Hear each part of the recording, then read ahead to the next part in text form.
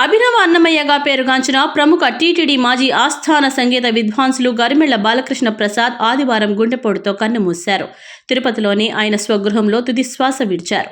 ఈ సందర్భంగా రాయలసీమ రంగస్థలం కళాకారులు ఆయన పార్థివ దేహానికి పూలమాలలు వేసి ఘనంగా నివాళులర్పించారు. ఈ సందర్భంగా రాయలసీమ రంగస్థలం చైర్మన్ గూండాల గోపీనాథ్ రెడ్డి మాట్లాడుతూ గరిమెళ్ల 1000కి పైగా అన్నమాచార్య సంకీర్తనలు స్వర కల్పన చేశారని గుర్తు చేశారు. టీటీడీలో 1978 నుంచి 2006 వరకు గరిమెళ్ల ఆస్థాన విద్వాంసులుగా ఉన్నారన్నారు. వినరో భాగ్యము విష్ణు కథ, జగడపు చనువుల జాజర ఇలా ఎన్నో అన్నమయ్య పాటలకు ఈయన స్వరాలు సమకూర్చి అభినవ అన్నమయ్యగా పేరు పొందాలని కొనియాడారు. గరిమెళ్ల మృతి సంగీత ప్రపంచానికి తీరని లోటని ఆవేదన వ్యక్తం చేశారు. కార్యక్రమంలో రాయలసీమ రంగస్థలం చైర్మన్ గూండాల గోపీనాథ్ రెడ్డి, సభ్యులు తొండమనాటి సుబ్రహ్మణ్యం రెడ్డి, మురళి, వాసు, నవీన్ కుమార్, ఎన్ విజయలక్ష్మి, తెలుగుదేశం నాయకులు చిత్తరపు హనుమంతరావు తదితరులు పాల్గొన్నారు.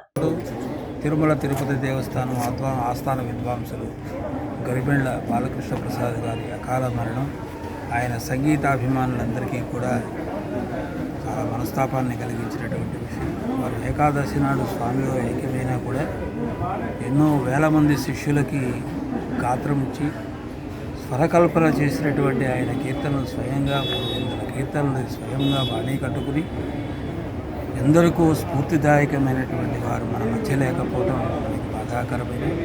వారి పవిత్ర ఆత్మకు శాంతి కలగాలని వారి కుటుంబానికి మా ప్రగాఢ సానుభూతిని తెలియజేస్తున్నాం. తిరుమల తిరుపతి దేవస్థానం ఆస్థాన విద్వాంసులు బాలకృష్ణ ప్రసాద్ గారు మరణించడం చాలా బాధాకరం. ఆయన ఆత్మకు శాంతి కలగాలని భగవంతుని ప్రార్థిస్తున్నాము. కొన్ని వందల అన్నమయ్య కీర్తనలు సంగీతంతో ఆలపించిన మహా విద్వాంసులు బాలకృష్ణ ప్రసాద్ గారు.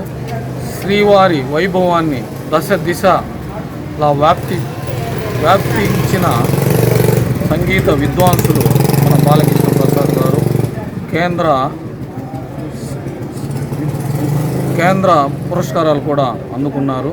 బాలకృష్ణ ప్రసాద్ గారు మరణించడం చాలా బాధాకరం.